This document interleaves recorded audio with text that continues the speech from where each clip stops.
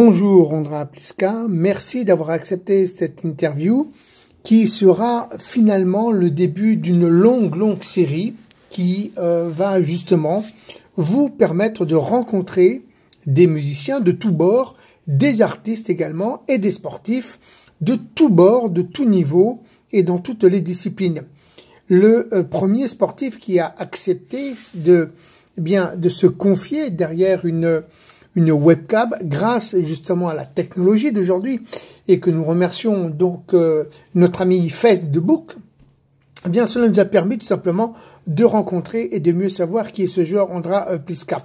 La première question qui me vient à l'esprit, c'est où et quand as-tu commencé à rencontrer et à jouer au basket? C'était en 2001 en République tchèque, quand j'ai arrêté le basket valide à cause de toutes les blessures que j'avais. Donc, j'ai essayé de basket en fauteuil et depuis 2001, j'ai recommencé avec les baskets en fauteuil.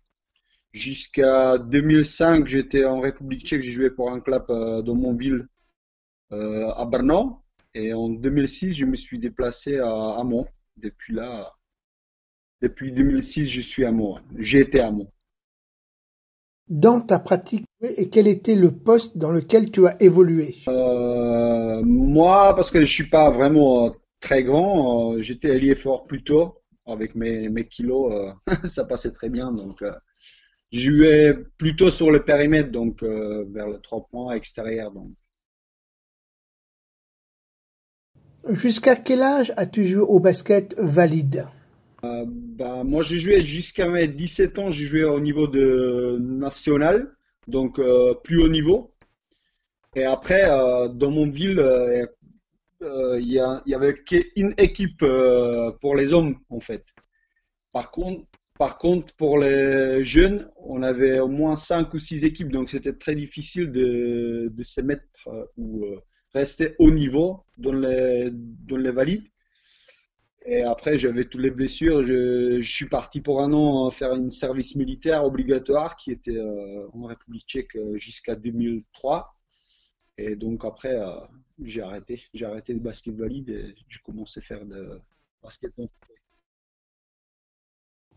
Et lors de ton service militaire, as-tu eu la possibilité justement de t'entraîner, de poursuivre cette activité sportive? Non, c'était pas très possible, non. On avait le gymnase à disposition, mais il n'y avait pas des joueurs. On était deux avec encore un ami de moi. Donc on s'est entraîné un petit peu, mais c'était pas vraiment. Et en fait, je me suis blessé déjà avant le service militaire, j'étais pris quand même. Et en plus, quand j'étais dans l'armée, je me suis blessé encore une fois. Donc après, j'ai arrêté. Comment as-tu atterri à Meaux et par quels moyens et qui t'a finalement demandé de venir? À, à l'époque, en 2006, c'était encore Stéphane Porcello qui m'avait choisi et Christian Roussel. Et donc, voilà, qui m'avait vu, c'est ça, en Coupe d'Europe à Bernon, comme moi était ici en 2004 ou 2005, je suis pas sûr. Ils étaient là et donc ils m'avaient vu et c'était Gabriela Erbenova qui a dit à Stéphane Porcello de m'essayer. Donc je suis parti à Meaux pour un essai de 2-3 jours. J'ai fait un entraînement ou deux entraînements avec eux. Il m'a dit ok, c'est parfait. Et après, moi je suis arrivé en 2006 et Stéphane Porcello il a arrêté d'être coach de Meaux. Donc c'était Robert Blando. Donc il était un nouveau coach d'équipe et moi j'étais un nouveau joueur et tout ça. Lorsque tu es arrivé pour la première fois dans cette équipe meldoise, comment tu t'es senti? Ouais, un petit peu, ouais. Bah, j'étais un petit peu nerveuse, donc. Mais sinon, ouais, c'était Fred Guillot, il était là encore, donc c'était une bonne équipe et bons joueurs dedans et tout était. Ils m'ont pris comme un nouveau joueur, comme j'étais là pour l'essayer. Ils étaient pas mal avec moi, donc pas de souci, hein. Ouais, c'était vraiment cool. Comment as-tu finalement appréhender le fait de jouer dans une équipe meldoise, Meaux, qui à l'époque était la terreur de l'Europe, et toi qui commençais juste à découvrir cette équipe et ce niveau, comment l'as-tu vécu? Oui. Bah, bien sûr, pour moi, c'était une équipe où j'ai jamais joué contre eux, en fait, une fois en Coupe d'Europe, mais après, c'était vraiment, pour moi, j'ai découvert le basket de haut niveau, parce que chez nous, on n'a jamais passé le tour préliminaire en Coupe d'Europe avec mon équipe à Berlin. Et là, on a fait déjà la première année ou deuxième année, on a fait le Final 8 de Champions Cup à Sheffield. Donc, vraiment, pour moi, c'était l'expérience. Voilà, c'est ça. Le niveau, l'entraînement, tout ça. Euh, Qu'as-tu appris en tant que sportif au sein de cette équipe meldoise? J'avais juste la base, c'était quand j'ai joué en valide. Après, en fauteuil, à Brno, c'était vraiment pas le même niveau qu'à Meaux. Donc, j'ai appris plein de choses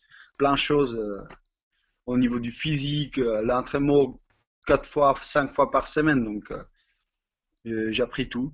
J'ai appris tout. En fauteuil. Hmm. As-tu vu une différence globale entre le fait de jouer en championnat et en Coupe d'Europe? Est-ce que tu n'avais pas le sentiment, par exemple, que la Coupe d'Europe, le niveau était plus élevé que le championnat? Ah, moi, je pense que déjà au début, c'était le championnat, il était équilibré quand même, hein. Il y avait Toulouse qui était super fort, qui était champion en 2006, que je suis arrivé. Il y avait l'équipe de hier avec Yo-Yo et tout ça. Donc, moi, je pense que c'était déjà au niveau, même en Coupe d'Europe. Et au niveau d'Europe, c'était pas aussi difficile que maintenant. Donc, pour moi, en 2006 et en 2012, au niveau du championnat, c'est toujours parce que l'équipe de Meaux, elle a progressé, amélioré tout ça, mais tous les équipes autour, ils ont progressé aussi. Donc, c'était toujours aussi difficile qu'en 2006, qu'en 2012 et en 2015.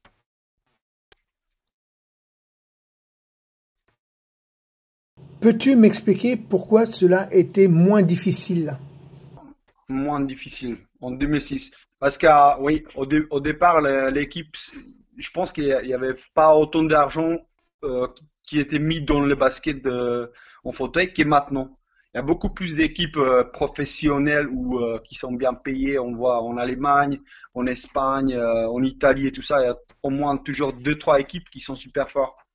Et c'est pour ça que c'est de plus en plus difficile de passer au niveau de Champions Cup et etc. etc. Parce qu'en 2006 jusqu'à 2009-2010, on a passé chaque fois le top 8. Et là, c'est de plus en plus difficile. On voit même hier, même les Canets qui sont super, qui ont une super équipe qui ont des difficultés à dépasser. Donc, En tant que joueur, est-ce que tu as toujours eu besoin d'une préparation spécifique, originale, pour te préparer lors des matchs que tu allais jouer? non, moi ouais, au niveau, non, je pense pas. J'avais toujours la même préparation. C'était juste qu'avant les Coupes d'Europe, on a mis encore quelques entraînements en plus. On s'est entraîné deux semaines avant, 2 fois par jour. Donc, on a vraiment mis beaucoup de choses. Mais maintenant, comme des joueurs ils travaillent encore avec, c'est de plus en plus difficile de se préparer 2 semaines déjà avant les Coupes d'Europe. Ouais. Et j'étais toujours un joueur qui a envie de se préparer plus en plus. Donc, si tu peux même maintenant, ouais. Aujourd'hui, tu ne fais plus du haut niveau. Est-ce que cela te manque? Oui, oui, oui, bien sûr, ouais. Ça me manque maintenant parce que quand je travaille, je passe pas assez d'entraînement. Je m'entraîne 2 fois par semaine, plus deux matchs par week-end. Et c'est pas suffisant. Je vois que mon physique il baisse. Au niveau des shoots, c'est pareil, ça descend un petit peu. Donc, c'est vrai que c'est pas simple. Comme on n'est pas des pros, c'est difficile de s'entraîner, plus travailler et tout ça. Donc, et plus la famille autour. Donc, oui, je sens que plus on s'entraîne, plus c'est mieux, bien sûr. Quand tu étais confronté à des grosses équipes, est-ce qu'il y a eu des joueurs que tu redoutais ou plutôt est-ce que tu as des joueurs qui étaient en face de toi qui t'ont motivé justement à te surpasser pour être encore meilleur que tu ne l'étais pour finalement gagner le match? Non, non, non. Non, je pense pas, mais quand on a joué, il y avait toujours des bons joueurs en face de nous. Donc, bien sûr qu'on voulait montrer qu'on est au même niveau. Il y avait Simon Mann contre nous, on a joué contre Brad Ness et tout ça. Donc, c'était les meilleurs joueurs du monde. Donc, c'était super de jouer contre eux. Et comme ça nous a, bien sûr que ça nous a motivé à jouer au même niveau qu'eux. Je sais que j'ai pu t'admirer dans beaucoup de matchs et j'ai eu le sentiment que tu as toujours été un joueur qui a su se modérer au niveau du comportement, mais que parfois aussi tu avais tendance un peu à être excessif et surtout à être un peu énervé. Est-ce que toi tu as la même impression? Moi, je pense que je suis quelqu'un qui s'énerve beaucoup sur le terrain. Et donc, après, il y avait coach et des joueurs à moi qui m'ont calmé un petit peu. Donc, mais je suis quelqu'un qui donne tout sur les terrains, donc c'est pour ça. Moi, je suis très motivé sur les terrains, donc je m'énerve facilement aussi. Hein. Mais après, on doit jouer avec. Donc, As-tu un souvenir du plus beau match que tu as vécu dans ta carrière de sportif? plus beau match. Fou. Il y avait plusieurs, surtout le final à Bercy. Moi, je pense qu'il y avait 2, 3 années que c'était pas mal contre Toulouse. Il y avait des super matchs contre Toulouse à l'époque de Laurent Blajac, Weber Ligman et tout ça. Donc contre eux, c'était toujours intéressant. Contre les Canets, pareil. Et après, il y avait des matchs en Coupe d'Europe contre Santa Lucia où on a fini quatrième en Europe à Madrid. Donc, ouais. Il y a plusieurs matchs. J'ai pas vraiment un seul match qui m'a. Ouais, il y en a plusieurs. Ouais, c'est très bon. Et as-tu souvenir du plus mauvais match que tu as vécu dans toute ta carrière? Le plus pourri. Ça, je me rappelle pas. Les plus pourris, ça se rappelle pas vraiment. Comment se passe le championnat en Autriche? Est-ce que tu penses qu'il y a une grande différence avec le championnat français? Bien sûr, parce qu'en Autriche, il y a seulement 5 équipes. Et donc le championnat pour nous maintenant, quand je joue là-bas, c'est pas très intéressant parce que même avec deuxième, on gagne 30, 40 points. Donc pour nous, c'est pas intéressant.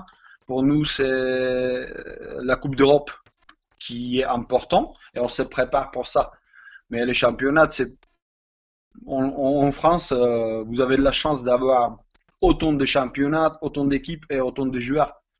Donc c'est super en Autriche et en Tchéquie encore pire. Il y a seulement une équipe donc. Qu'en est-il aujourd'hui de ta situation dans l'équipe nationale? Est-ce que tu en fais toujours partie? Je n'ai pas joué l'année dernière à cause de raisons familiales, mais maintenant je vais reprendre l'équipe nationale encore en juin. Donc le championnat d'Europe il est en Belgique et je pense que je vais aller avec l'équipe donc j'espère. Bah, c'était pas facile parce que j'ai envie de jouer tout le temps, mais vraiment là c'était trop, donc j'avais besoin de rester avec ma famille et tout ça. Et sinon j'étais tout le temps présent, donc c'est pour ça après je me suis dit qu'une année, en plus c'était championnat d'Europe de C et ils ont quand même gagné. Oh, ils ont fini deuxième, donc j'étais fier qu'ils ont gagné et sans moi aussi. Et maintenant, on va essayer de faire un championnat de B et on verra qu'est-ce que ça donne. Aujourd'hui, dans quelle équipe joues-tu? En Autriche, équipe de Sitting Bulls, Klosterneuburg.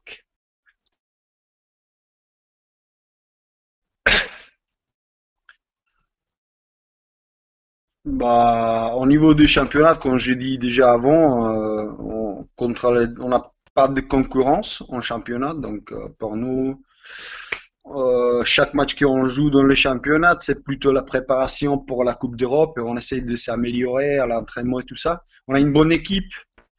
On est deux grands, deux catégories tchèques. Donc il y a Adam Erben aussi et moi. Après on a deux nouveaux joueurs de hongariens de un point. Donc on essaye de progresser avec eux parce que pour eux c'est aussi comme moi je suis arrivé à Meaux, pour eux c'est pareil qu'ils ont arrivé en Autriche parce que le niveau à l'entraînement il est quand même bon. Et donc au niveau des championnats ça va être facile et quand je dis pour nous c'est la Coupe d'Europe et j'espère qu'on va avoir la chance de passer en deuxième tour. Donc. Et alors, au sein de cette équipe, quelle langue parlez-vous pour vous faire comprendre? On parle anglais, on parle allemand, on parle toutes les langues un petit peu. Ouais. On a même un joueur iranien qui a seulement 16 ans. Donc, oui, on parle arabe aussi. Est-ce que finalement tu commences, peut-être inconsciemment, à songer à ta reconversion, à ce que tu aimerais faire plus tard, le jour où tu arrêteras de jouer au basket? Je sais pas, je vais pas penser à ça parce que ma carrière, j'espère qu'elle est pas finie encore. Donc, je suis pas pensé à ça, ouais. Bah, ça dépend de ma femme aussi. Et après, bien sûr, la santé. Donc, j'espère qu'il y a encore quelques années, au moins 5, 6, on verra. On verra. J'ai 36 ans. Donc, oui, bien sûr que la famille aussi qui est importante. Donc, avec le boulot plus les baskets, je suis pas là pendant le week-end. Chaque deuxième week-end, je suis pas là. Donc. Oui, oui, j'ai déjà un petit peu pensé. Par contre, on verra comment ça se passe. Moi, j'aime bien de rester au basket, soit au valide, soit au basket handi, et aider un petit peu de trouver plutôt des joueurs en République tchèque parce qu'il n'y en a pas beaucoup et le basket ici, je vais pas que ça s'arrête complètement parce que donc on va essayer de trouver des solutions ou trouver des joueurs et recommencer à refaire des équipes et tout ça et les championnats. Mais pour l'instant, c'est la future, on dit. Ouais. À venir. As-tu un enfant? J'ai un enfant, oui. C'est un fils, il a 2 ans et demi maintenant, donc Est-ce que tu enseignes déjà le basket à cet enfant ou est-ce que ton enfant t'accompagne lorsque tu vas jouer dans les matchs? oui, oui, il regarde déjà même sur l'ordinateur quand je regarde, donc il s'intéresse. Mais il s'intéresse sur tous les sports, donc je vais pas les forcer de faire du basket parce que papa il l'a fait, donc. Andra, en tout cas, moi, je tenais à te remercier pour avoir accepté cette interview. Et puis, ben, je te souhaite une longue carrière, puisque tu as encore facilement encore 15 ans de basket devant toi. Plein de bonnes choses avec l'équipe nationale et puis, effectivement, avec aussi ton équipe, avec ton équipe classique. Et puis, je te souhaite le meilleur et une longue route à toi et à toute ta famille et à ton activité sportive. Merci, Andra, et à bientôt. Ok, super, merci Richard. Allez, au revoir, à bientôt.